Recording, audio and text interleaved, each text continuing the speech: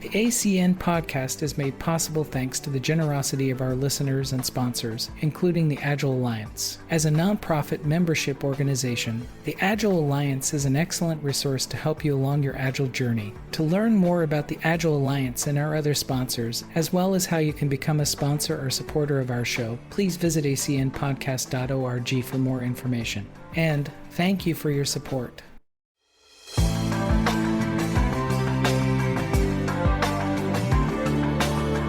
Good morning and good evening, everyone. Welcome to the Agile Coaching Network. The Agile Coaching Network, if you've never been here before, we come together as a community once a month in order to talk about all things Agile. And specifically, if you're looking from an Agile coach's perspective, how do we improve our craft? How do we improve the way that we approach Agile coaching? How do we look at the big perspective of what Agile is? If you are a first-time listener, I do want to say that we've been voted up as one of the top 25 podcasts on Buzzsprout. We also are top 10% followed on Spotify, and also one of the top 10 best podcasts voted actually for the last several years, which has been great. I really appreciate everyone and your listenership. The best thing that you could do for us is share the podcast with your friends. Hit the like buttons, hit reviews. I'm joined with a set of regulars. Not everyone is here today, but we do have Deanna. We also have Sheila McGrath, as well as Jorg. And of course, all of you. Most of us have been doing Agile for a long period of time. We enjoy the benefits of hearing people who are just getting started. That perspective is good, and it does allow us the ability to hear and share all forms of different perspectives. And have fun in the conversation. Over the last couple of weeks, actually last couple of months, one of the kind of the reoccurring themes that I was hearing, specifically talking to people who are working in government or they're working in high risk areas, such as working with how to use Agile in, say, for nuclear programs or other programs, things like at Boeing and other big manufacturing companies that have high degrees of potential risk involved with their products if something goes wrong with them. And so risk and Agile, and you hear it in certain circles, and this is what some of the Agile coaches, I've heard them talk about this, is that how do we influence management to use more Agile? Because in a lot of regards, Agile does help to go reduce and mitigate risk. And does it consistently throughout the life cycle versus it just being something that sort of stacks up at the end.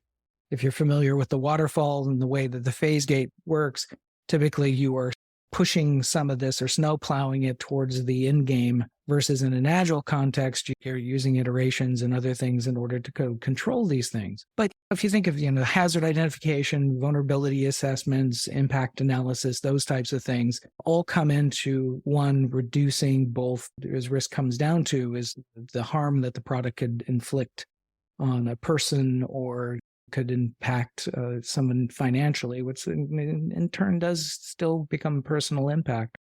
Or even worse, no matter how good your EULA and other, terms and agreements that you put in there, you just recklessly going about and releasing things that might cause harm is something that's not a good formula for long-term staying in business. The question that I have for all of us here is that if we look at Agile, if done well, can go reduce the amount of risk over time.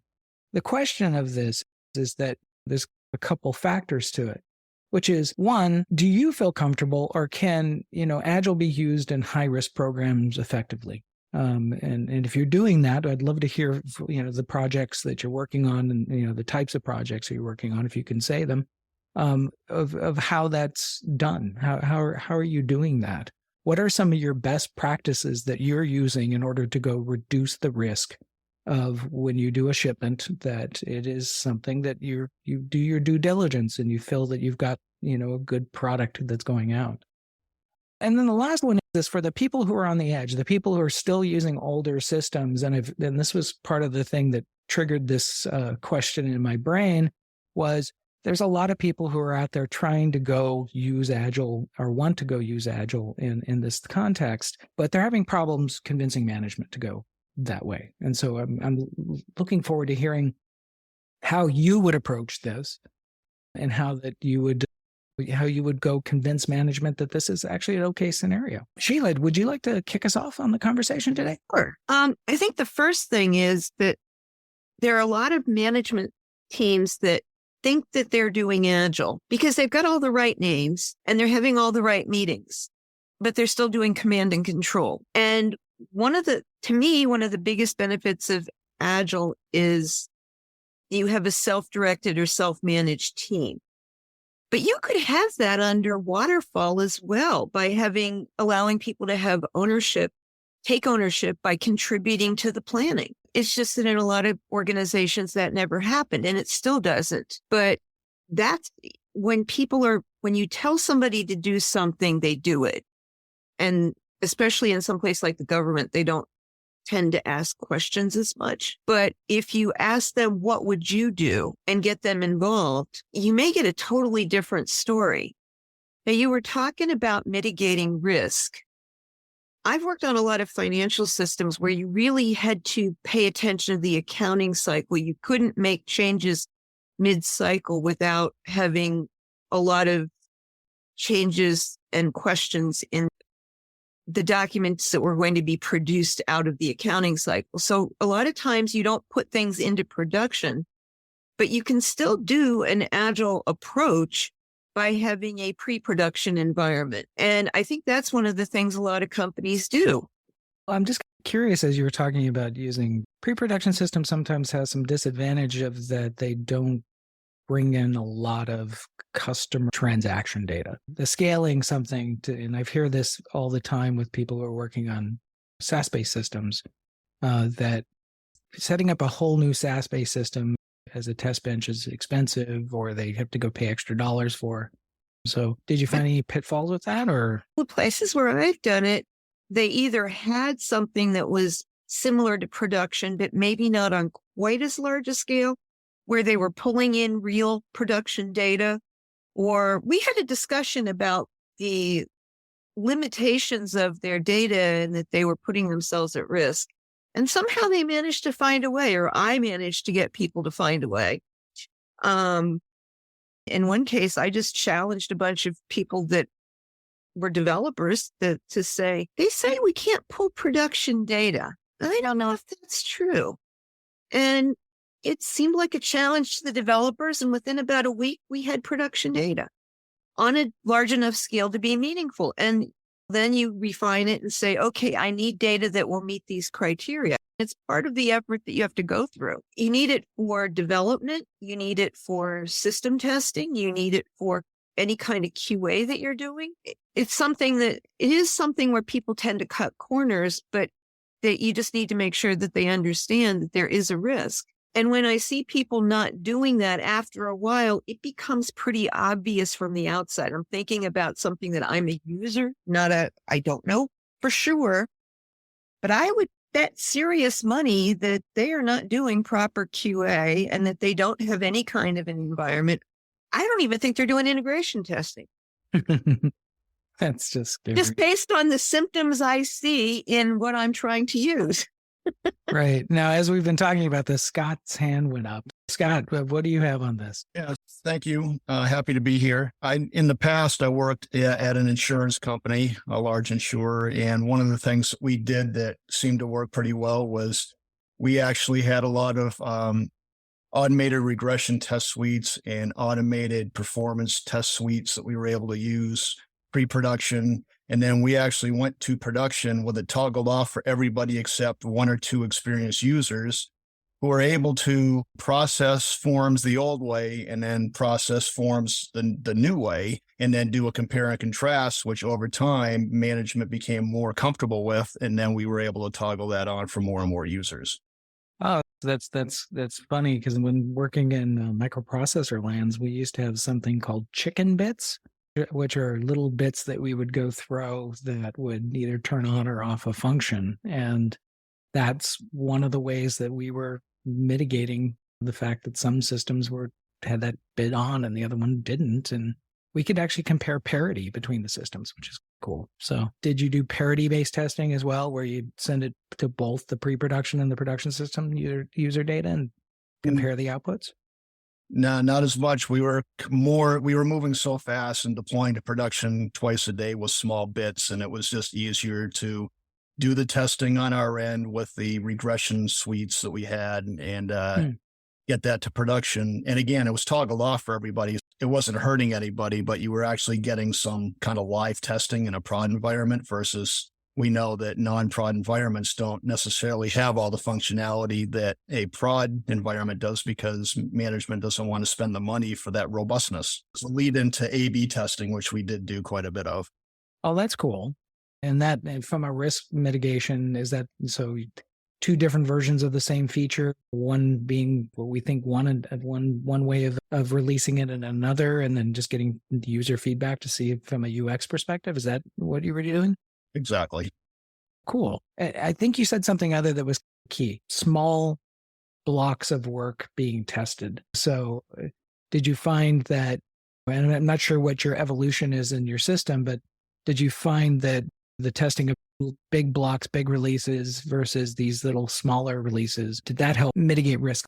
Oh, absolutely. And I think one of the big things from your original point was when you're testing 6 months worth of code, there's a lot of vested interest in seeing that succeed.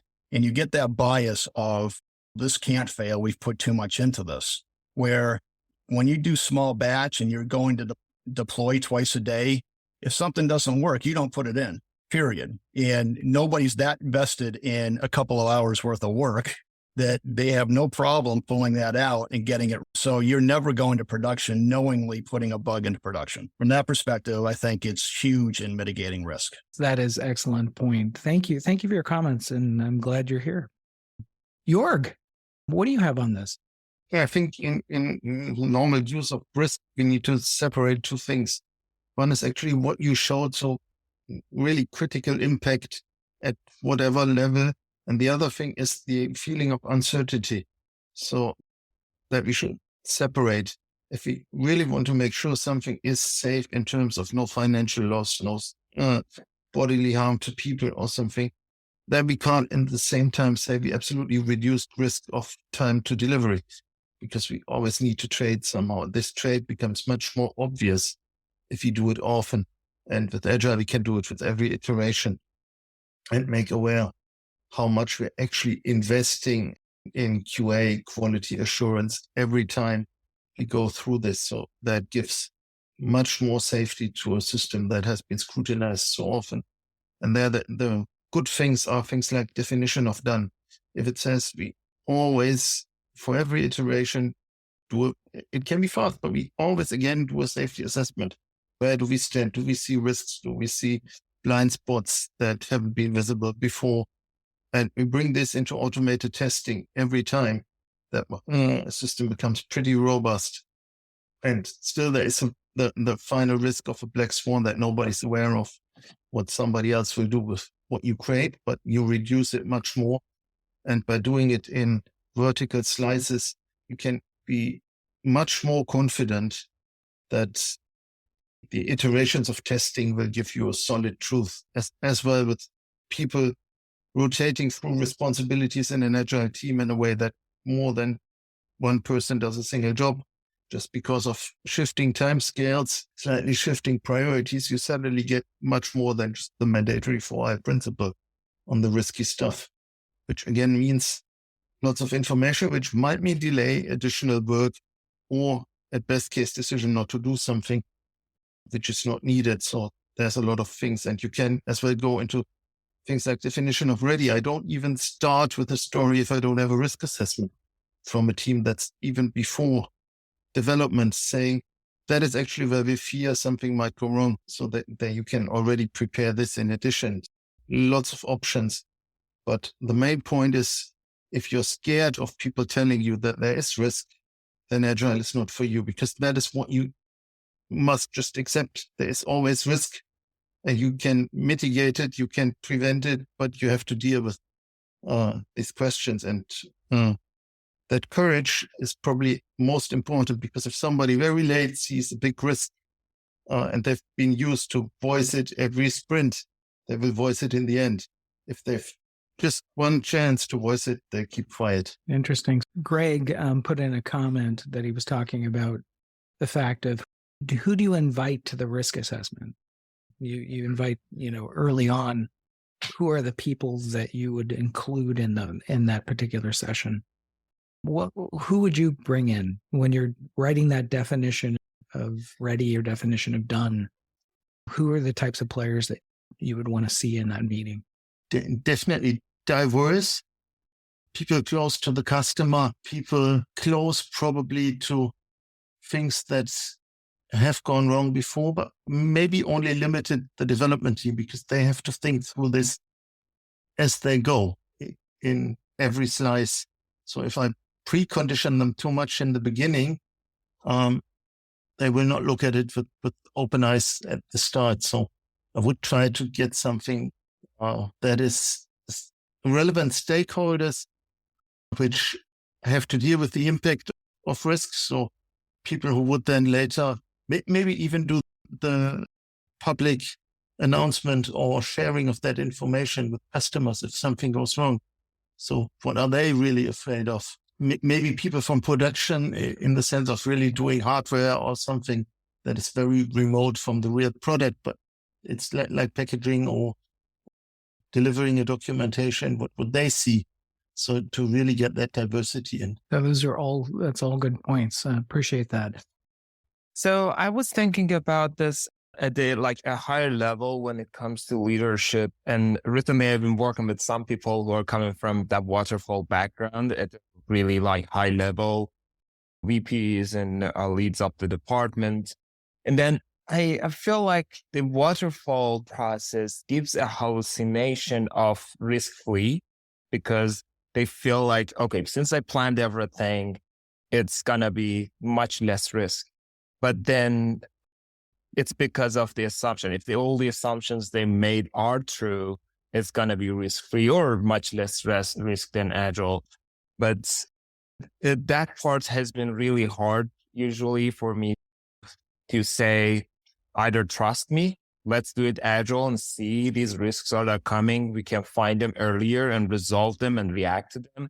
Versus if you plan, you spend so much time on it.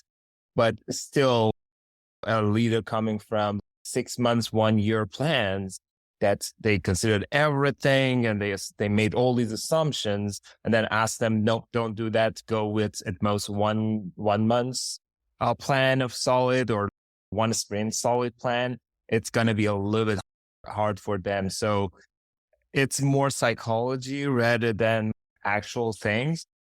I just wanted to mention that. I don't disagree with that. I think that the interesting thing is, and I guess my point about the pain factors associated with certain projects is that we hit those stumbling blocks. And I've been on waterfall. I wrote a waterfall spec for Intel Corporation. And I know that we hit risky things, the known knowns and the known unknowns, and then the things that just crop out. I think Jorg was saying about the black swan events that occur, and we just look at it and go, whoa, what the heck happened here? We have those all the time in waterfall projects. And I can tell you that if it's at the end of the life cycle, man, we're digging ourselves out through code that I don't even remember what I was thinking when I wrote it. I thank you for your comment on that. Deanna. Hi. How you doing? I'm doing well. Thanks. Cool. What do you have on this? This is probably close to my borderline between what I know and what I really would look for a partner to talk to about if I was seeing the situation in an organization, that's so on. But I do think that I'm sitting here astounded at Jorg's brilliance as well.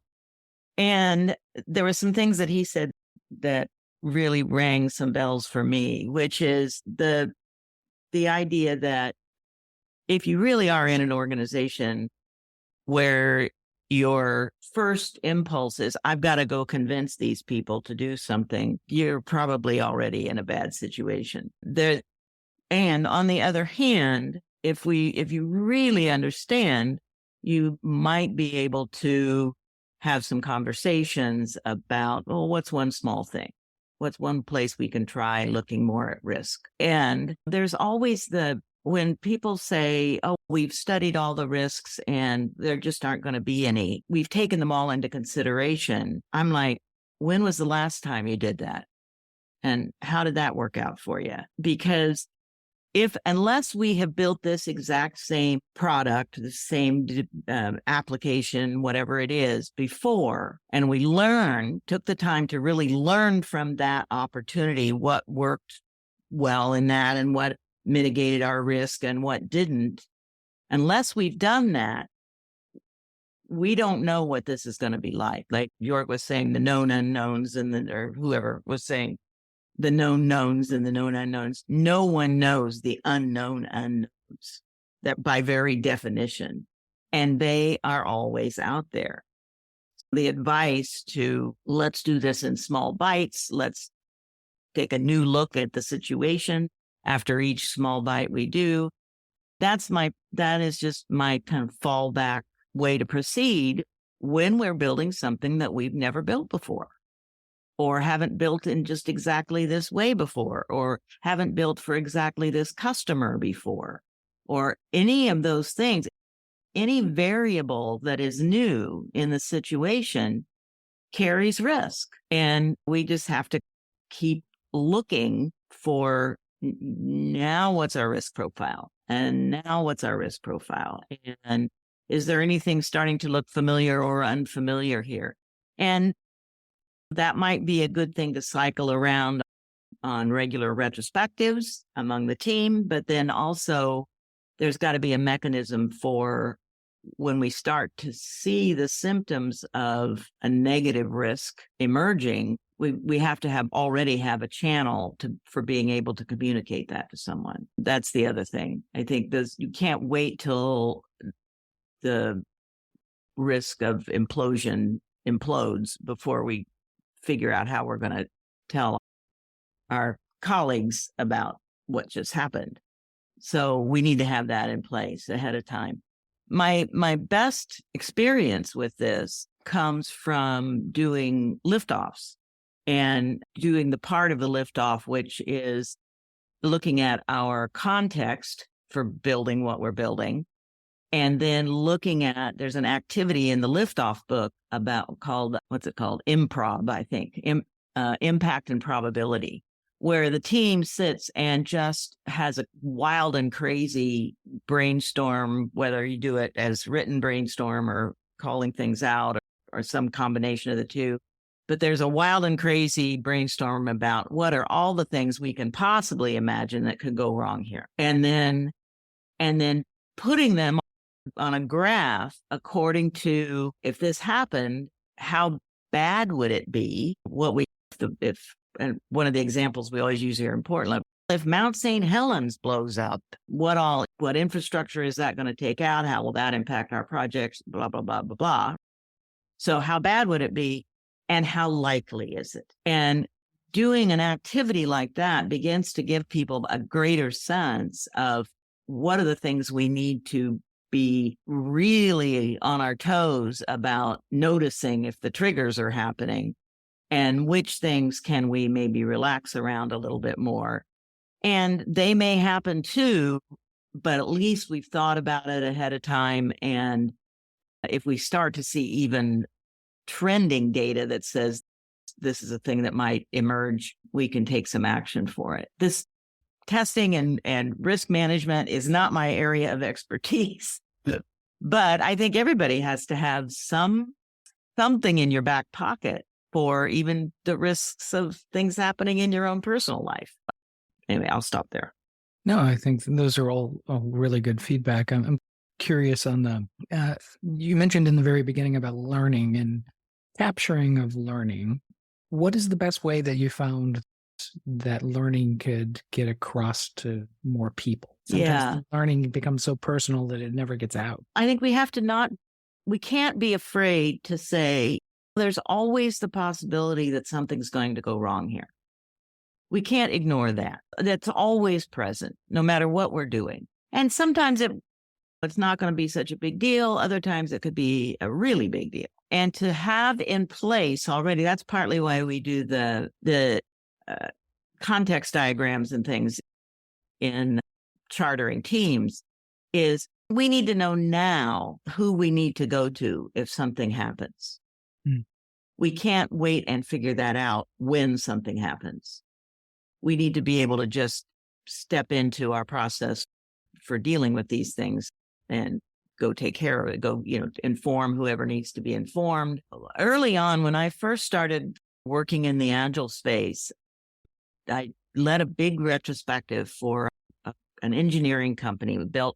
It built software for engineers to use big civil engineering projects. And the version of the software that had just been built that I was doing the retrospective on, that delivered quite late from its original estimates of when the customer would have it in their hands. And I was talking to the VP of engineering about that. And I said, what do you think about, you did the last part of this project using more agile methods, but it's still delivered late. What's your thoughts on that? And he said, yes. He said, but the difference is this time I knew it was going to be late far in advance. I knew it was going to be late 3 months ahead of time. And I could go and talk to our customers and find out for them what kind of problems that was going to cause and so on and so forth, and prepare them for what was going to happen. And he said, prior to this time, he said, I usually found out the day before it was supposed to deliver. Yeah, so he said, these agile methods have been super helpful. Even though we ended up delivering late, he says, I don't think we delivered as late as we might have otherwise. And I had a chance to be able to go and have some transparency with my customers so that I could build trust with them. That's awesome. I can tell you that the factors around, at least my definition of late is you tell me the night before. I have no reaction time. That is late. Yeah. But if I know 3 months in advance that things are going to slide a little bit, that gives us much more negotiation room and conversations that can happen. And with a lot less stress, which is nice. Thank you for that.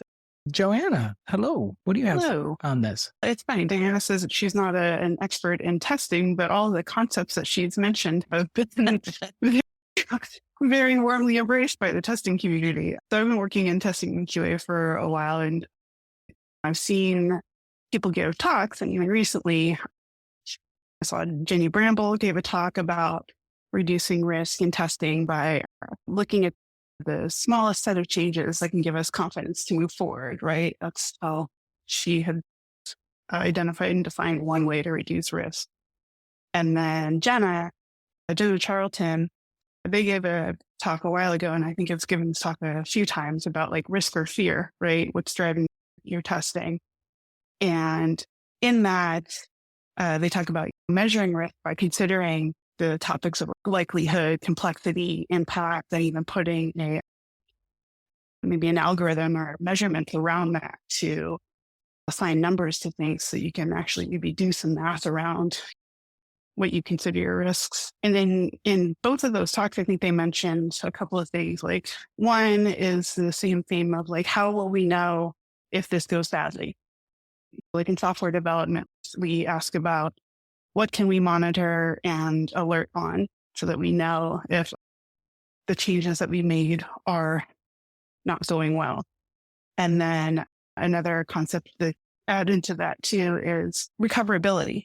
So if we make this, we've reduced the risk that we think we can, and we make the small change that we can, and we've done monitoring, alerting, and it still goes wrong, how easy or quick is it to recover from that?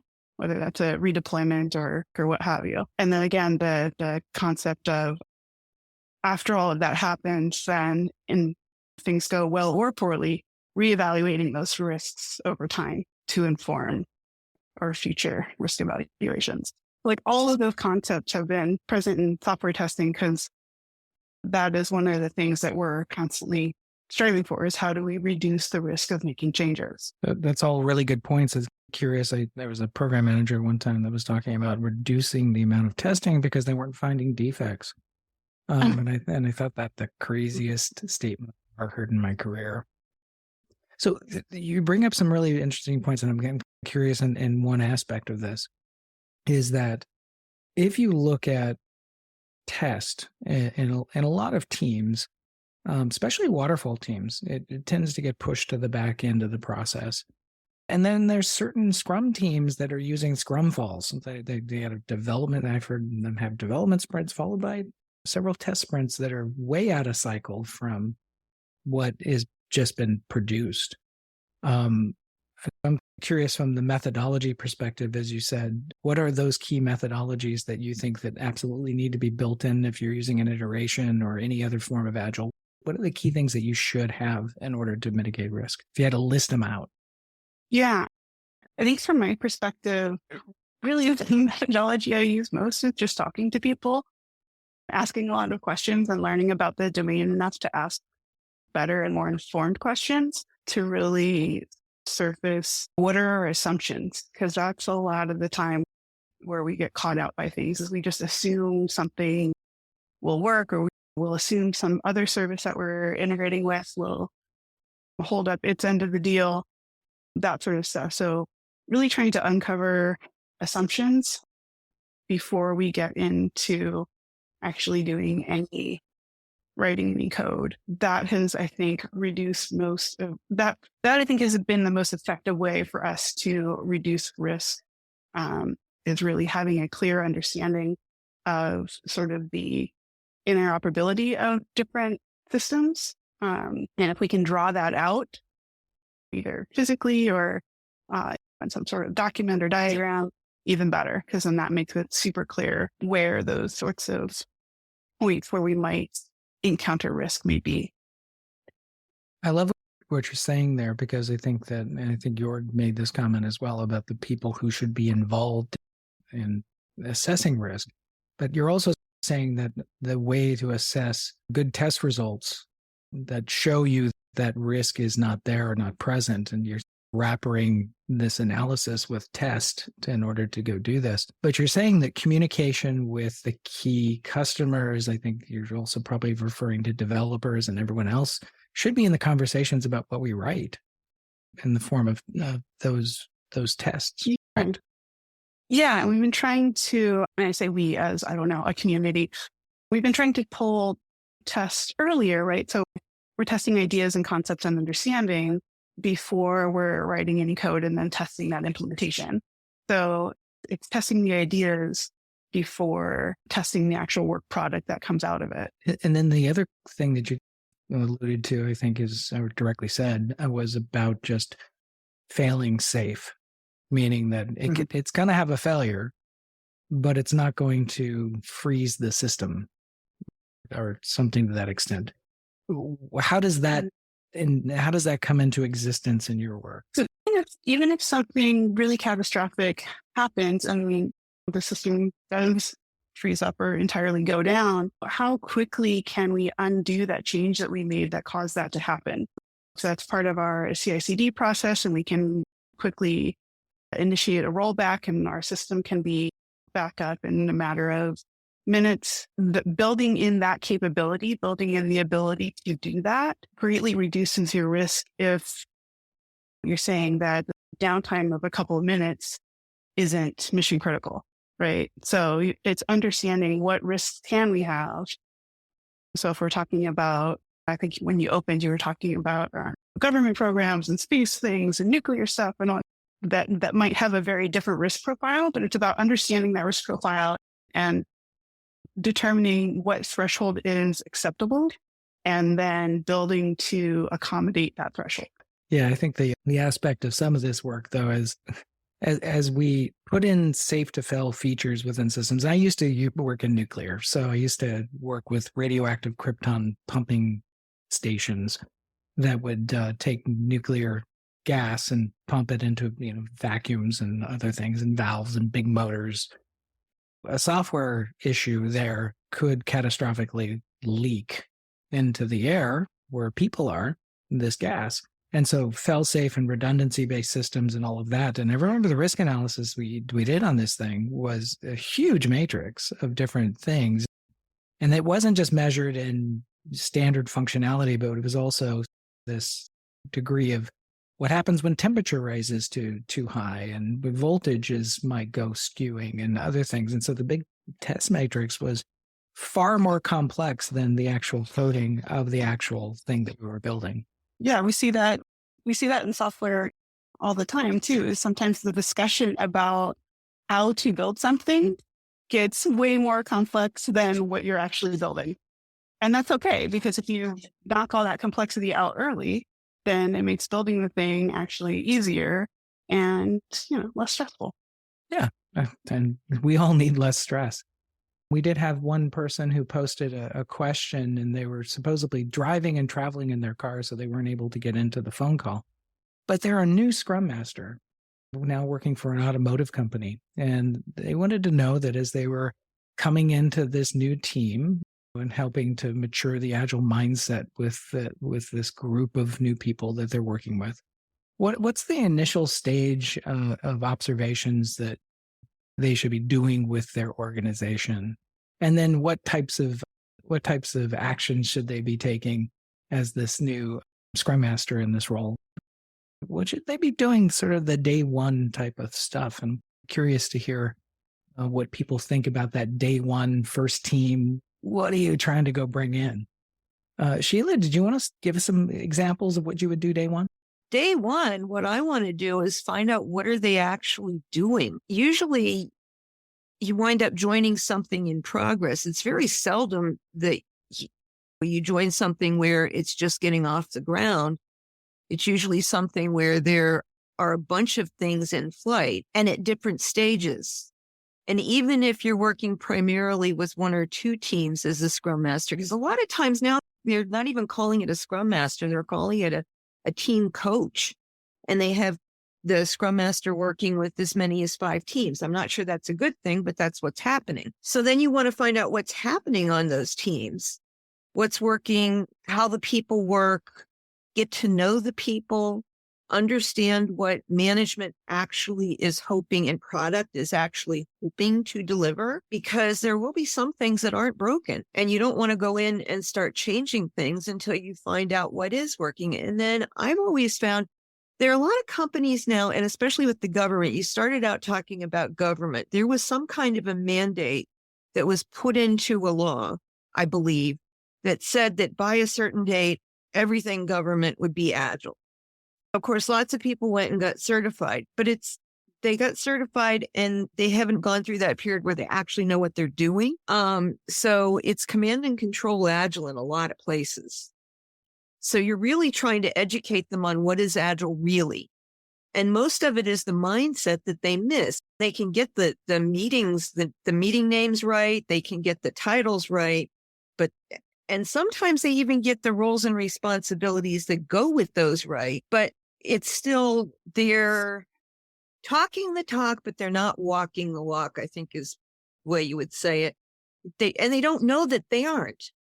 So you still are winding up trying to convince them, or as a servant leader, show them and guide them in small increments, because if you try to shove it down their throat, they're all just going to throw it back at you and they're not going to pay any attention. So you've got to lead them gradually and hopefully in a way that they think that they thought of it. Because as long as they think they thought of it, they're invested. If you tell them this is the way it's going to be, they're not. And you can start to introduce Agile tools as well. But again, you want to spoon feed it to people. At least I do. That's what I found has worked. If you come in and try to say, we're going to change the way we're doing, it feels like they have nowhere to hang their hat. They don't know where to start. But if you introduce things gradually, then they get with the program and start, once they realize that it's allowed, because in a lot of places, people think they're going to get in trouble if they make a suggestion. Once they realize that it's allowed and even encouraged, a lot of people have ideas that they're ready to share that are going to improve the process. And that's really a lot of what you're trying to do with Agile. The other thing I've found is that some people think that if you've got a stand-up scheduled or whatever the meeting is, that you've got to fill that time. So there's just basic things like if it only took 5 minutes and you've covered everything you need to cover, you say, I'm giving you this time back because we're done. It's just little things like that will bring people around faster than if you try to throw it all at them at once. But you have to see where the teams are, because if you're working with more than one team, they're all going to be at different stages. The other thing is every time you have a shift in the team membership, you really have a new team. And in some organizations I've been in, every few weeks, some of it's because people leave and they have to change things, but some of it is just management decides to shake it up and moves people from team to team. And they don't understand that you're not building any cohesion within the team, because a lot of the Agile process, the way people look at it is they assume that you're going to have a stable team, but that's not the way it works in the real world.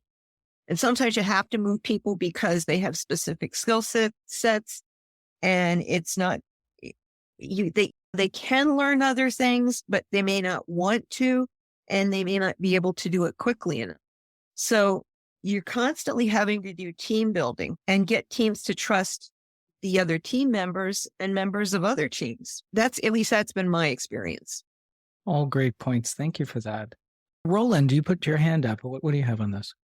So I manage a team of Agile coaches, and we coach for 12 teams. So our coaches do coach for more than one team. I think they currently have 4 teams apiece. What we've done is we've put together what we call a maturity model for our teams, and took a lot of best practices from various places, added that to the maturity model. And I think it would depend on where the team is today. That person is going to be assuming Scrum Master duties for. And so that assessment, I think, has to be done initially before you decide on what it is that you're going to attempt to implement in terms of improvements, efficiencies, and that kind of thing. And really understanding what their current way of work is as well, because that's part of that assessment, I think, before you can determine what the next steps are going to be. And then everything else that Shayla said. Okay. Thank you for that. Steve Frazier, you've been lurking in the background several times in the last calls. I'm glad you raised your hand. Oh, yes. Good morning, good evening. There's an interesting question that was raised by maturity models, and having done time at the Software Engineering Institute at Carnegie Mellon really resonates with me. And the whole assessment process, maturity models, where you are, brings the question of, we've seen a lot of, shall we say, workforce reduction in the last six months or so. One only has to think here of Silicon Valley. We've seen everywhere from Twitter to Google to Facebook, Meta, excuse me. How would you advise management to assess the value and necessity of roles and teams? And the flip side of that is, how do you as an individual ensure that you're demonstrating value and necessity? Because just because you're doing something that sounds great doesn't necessarily mean that you're going to be here tomorrow. And I'll point at some of the companies I worked for had very strong processes, a hybrid, agile, waterfall methodologies and culture. The corporate said we have to cut 5%. Sometimes you see entire teams go, but sometimes you just see roles go. And it's often, how would you advise folks on this?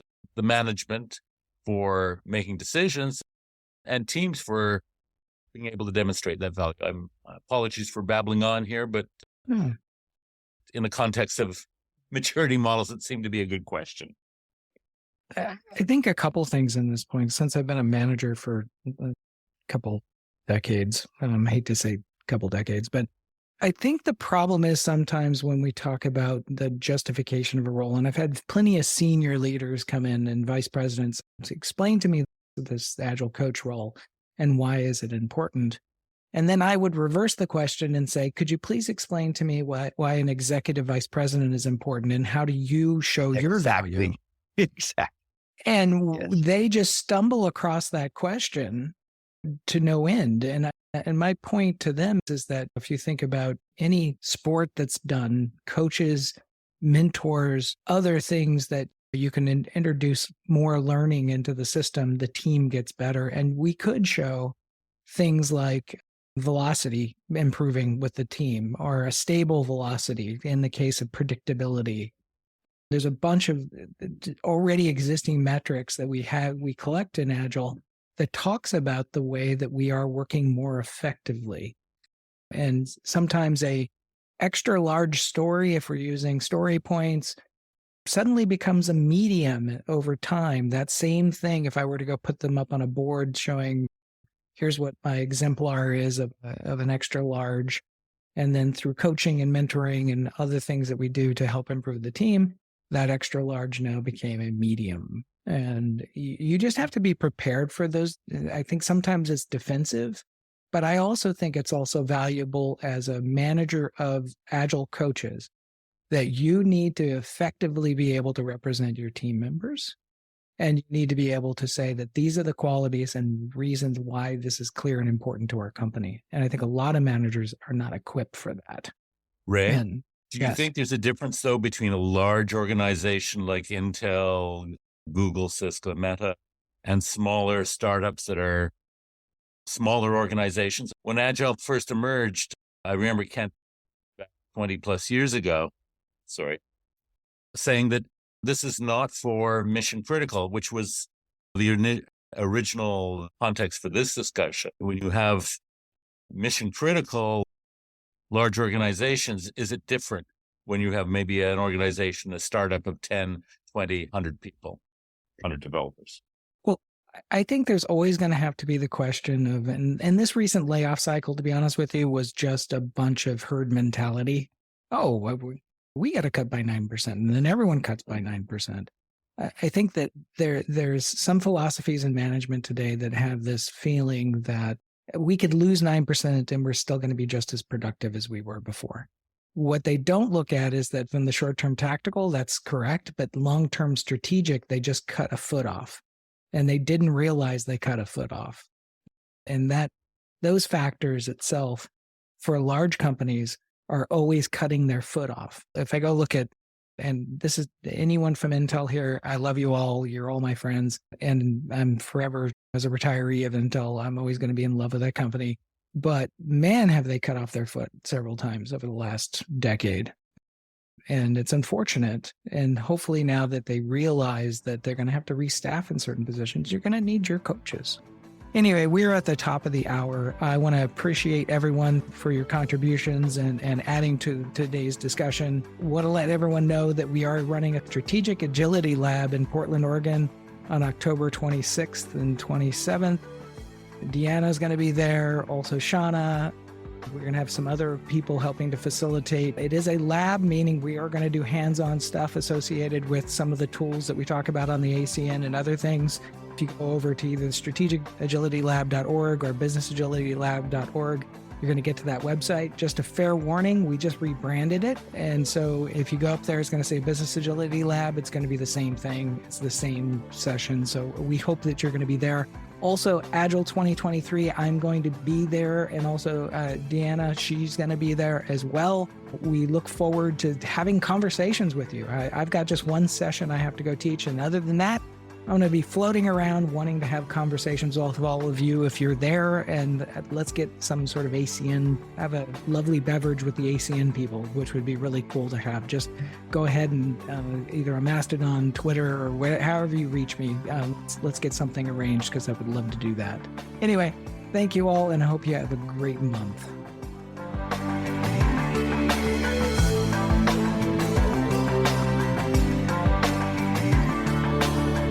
The ACN podcast is for educational and informative use only.